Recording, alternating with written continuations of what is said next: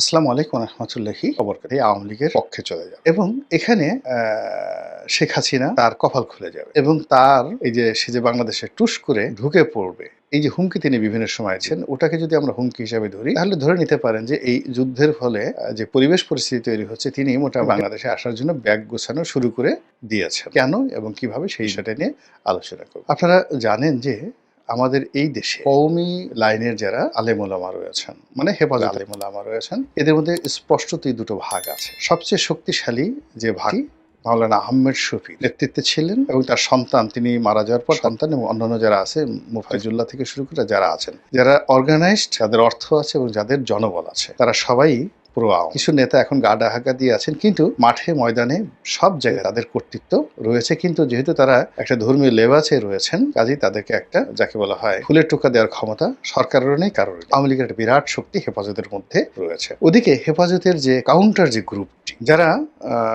Doctor Mohammad ইউনূসের বন্ধু হতে পারত, তো তাদের সঙ্গে ডক্টর মোহাম্মদ ইউনূসের পরিচয় হয়। ডক্টর মোহাম্মদ ইউনূস তাদের নামই জানেন না। যারা আওয়ামী লীগের বিরুদ্ধে দীর্ঘদিন লড়াই এবং সংগ্রাম করেছে, একেবারে তাদের নামও এখন পর্যন্ত জানেন না। একজন লোকও ডক্টর মোহাম্মদ ইউনূসের সাথে দেখাতে পারেননি, দেখা করেননি, তাদেরকে ডাকা হয়নি। এই গোয়েন্দা তথ্য তাদের কাছে এখনো দেওয়া হয়নি।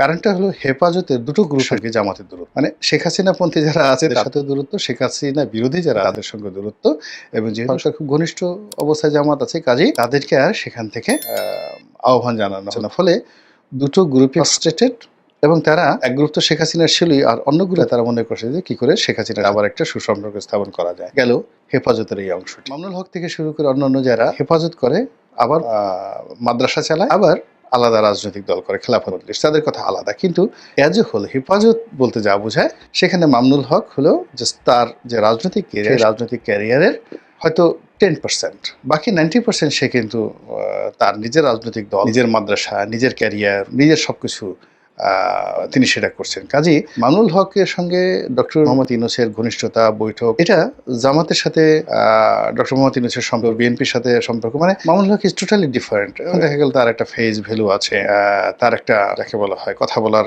যাকে বলে প্ল্যাটফর্ম আছে, সেই কারণে হয়তো তিনি ব্যবহৃত হচ্ছেন বা তাকে ব্যবহার করা হচ্ছে। এবং একইভাবে শেখ হাসিনাও কিন্তু তাকে ব্যবহার করেছেন এবং তিনি জেলে গেছেন, মানে তিনি মূলত এখানে সবসময় শেখ হাসিনা এবং তার গোয়েন্দা সংস্থার উপর একটা চাপের মধ্যে রেখেছিল এবং ব্যবহার করা হয়েছিল, এবং তাকে আবার সেই গোয়েন্দা সংস্থা কিন্তু রায় দিয়েছে এবং যে জেল খাটছেন। মানে এখানে ওই সময়টাতে তার যে অবস্থা আওয়ামী লীগের জমানাতে, এখনো ঠিক সেম অবস্থাতে তিনি ডক্টর মোহাম্মদ ইউনূসের কাছাকাছি যাচ্ছেন এবং গোয়েন্দা সংস্থাই তাকে নাড়াচাড়া আসছে। এগুলো মামুনুল হকের অবস্থা। কিন্তু এখানে তিনি আমাদের সাথে তার কোনো সম্পর্ক হয়নি, বিএনপির সাথে তার কোনো সম্পর্ক হয়নি, এবং তিনি হেফাজতকেও তার এই ডক্টর মোহাম্মদ ইউনূসের সাথে তার যে সম্পর্ক, এই সম্বন্ধে তিনি হেফাজতকে এখনো জড়াতে নিয়ে আনতে পারে। এটাই হলো ঘটনা। এর বাইরে যেটি রয়েছে তাবলিগ জামাত, হেফাজত গেল, তারপর তাবলিগ জামাতের যে দিল্লি মার্কাজের যে দুটো অংশ, একটা হলো মাওলানা জুবায়ের আর একটা মাওলানা সাদপন্থী জুবায়েরপন্থী। দিল্লিতে যারা রয়েছেন, সেই দিল্লিপন্থী যারা আছে, তারা 100% দিল্লি মার্কাজ যারা রয়েছেন, তারা 100% শেখ হাসিনার হক, এবং এদের সংখ্যা ধরেন 50-50। আপনি মানে বর্তমান সরকার, বিএনপি, তারা কেউ কিন্তু এদের একটা পশমের ধারে কাছে যেতে পারে। আবার অন্যদিকে যেটা বাংলাদেশের অংশটি রয়েছে, যে অংশের সঙ্গে হেফাজত, যে অংশের সঙ্গে মামুনুল হক বা অন্যান্য যারা আছেন বাংলাদেশপন্থী হেফাজত, মানে তাবলিগ, এই অংশটির সঙ্গেও সরকারের সঙ্গে বিএনপির সঙ্গে কোনো সম্পর্কটা নেই। ফলে তারা ইনঅ্যাক্টিভ অবস্থায় রয়েছে। কারণ হলো এই যে হেফাজতের এই অংশটি এবং এর সঙ্গে তাবলিগের এই অংশটি, এর সঙ্গেও জামাতের দূরত্ব। কেন তাবলিগ জামাতটাকে মানে আকিদা, তাদের যে আকিদা, এটাকে একটা বাতিল ফেকরা মনে করে। এটাকে অনেক আহলে সুন্নাত ওয়াল জামাতের লোকজন রয়েছেন, তারা এটাকে মনে করেন যে রীতিমতো ধর্মের মধ্যে নেই, খারিজ হয়ে গেছে। আর জামাত তো তদ্রুপ মনে করে। জামাতের সঙ্গে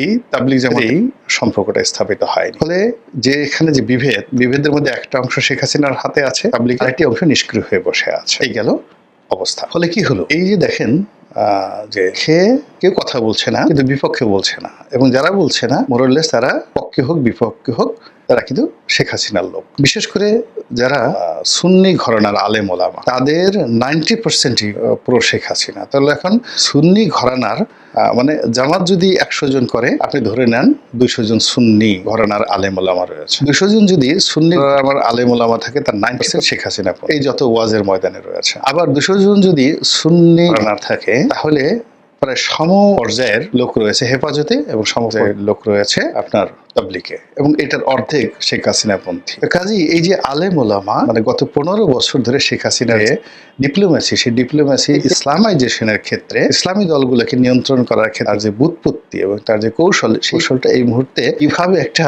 পরমাণু বোমা হয়ে রাজনীতিতে ঘুমন্ত অবস্থায় আছে, আগ্নেয়গিরি হিসেবে আছে, আপনি বোঝার চেষ্টা করেন। তো সেখানে যদি ইরানের পতন হয়, ইসরায়েলের জয়লাভ হয়, অথবা এই যুদ্ধ দীর্ঘায়িত হয়, তাহলে পুরো পরিস্থিতি কি হতে পারে? শেখ হাসিনার পক্ষে যাবে না ডক্টর মোহাম্মদ ইউনূসের? ডক্টর মোহাম্মদ ইউনূসের ওখানে দেখেন ডোনাল্ড ট্রাম্প জিতে গেল, ইসরায়েল জিতে গেল, কিন্তু সেটা নিয়ে তো উল্লাস করার জন্য নামবে বা যারা মাঠ দখল করতে নামবে, তারা তো শেখ হাসিনার লোক, তারা তো বিএনপির লোক নয়, জামাতের লোক নয়, কেউ কারোর লোক। এরকম একটি অবস্থা। তো কাজেই সেটাও আওয়ামী লীগের জন্য বিরাট অপরচুনিটি তৈরি করে দেবে, ভারতের কর্তৃত্ব মারাত্মকভাবে বাড়িয়ে দেবে, এবং পাকিস্তান পন্থী যে রাজনীতি, চীন পন্থী যে রাজনীতি, এটা এই মুহূর্তে একেবারে থমকে যাবে, অনেক অনেক কমে যাবে, অনেক অনেক কমে যাবে। তাদের যারা এজেন্ট রয়েছে তাদের সঙ্গে আওয়ামী লীগের ভালো সম্পর্ক। আবার বলি, মোসাদ এবং র আর আওয়ামী লীগের যারা নেতৃত্ব রয়েছে তাদের মধ্যে কোনো দূরত্ব নেই। আর এই দুটো সংস্থার যারা সাব এজেন্ট, তারা বিএনপির মধ্যে ঢুকে আছে বিএনপি সর্বনাশ করার জন্য। তারা ডক্টর মোহাম্মদ ইউনূসের সঙ্গে আছে ডক্টর মোহাম্মদ ইউনূসকে সর্বনাশ করার জন্য। তারা জামাতের সঙ্গে আছে জামাতকে সর্বনাশ করার জন্য। রয় এবং মোসাদ কখনো